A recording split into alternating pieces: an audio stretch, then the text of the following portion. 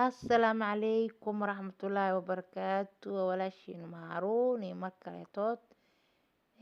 Maantana waxaa inoo wadaa xuquuqdii caruurta qayb ka mid ah.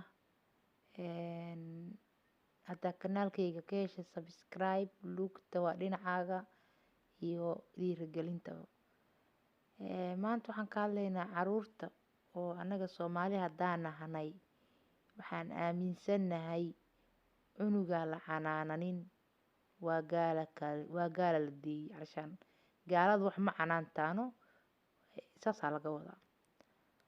Laakiin hadda sida runta ah meelahan hadda markay joogno ilmaha caruurta oo cadaanka ah dadka Yurubiyaanka ama Ameerika waxay rabaan ha ahaadaano dagaalkoodu wuu yaryahay, buuqoodu wuu yaryahay, dhibkoodu wuu yaryahay sababtoo ah yaraantii ama maskaxda laga soo koriyay. Anaga yaraantii waxa nagula sameynayo waxaa lagu leeyahay 7 sano hore waa uu yaryahay waa marka jaceylka la siinaayay 7 sano kale ku xigtane waa la canaantaa waa lagu qasbaa wax kasta waa la canaantaa waa la gilgilaa waa la tumaa waa la xanuujiyaa 7 sano dambana saaxiib ka dhiga lagu yiri.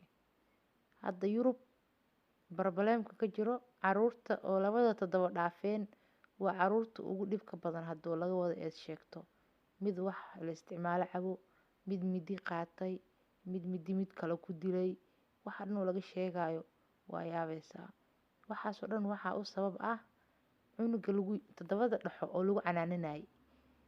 Canaanta aniga waa ka soo horjeedaa cunug maskaxda dhaawac ka gaara waa xilligii maskaxda laga korinayay 7 dhaxana waa xilligii maskaxda laga korinayay.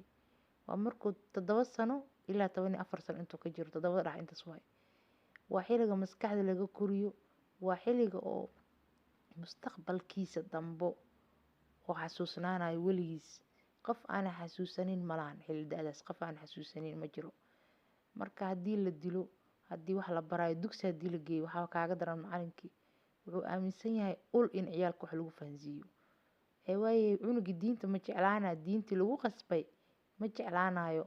Hadhow markuu weynaado salaad ma dukanayo shiiqo maxaan ka sameeyaa shiiqo saan yeelaa ma hadhowti dacwada socoto cunugi ma dukanayo cunug la qasbo wuxuu isleeyahay waxaan lagu qasbaa maxay yihiin waxaan lagu qasbaa qafra oo malahan. Marka aniga waxaa aaminsanahay in xuquuqda ciyaalka lagu tuntay oo xuquuqda ciyaalka aanan waxba ka aqoonin haddaan Soomaali nahanay ilmaha dilka laga daayo.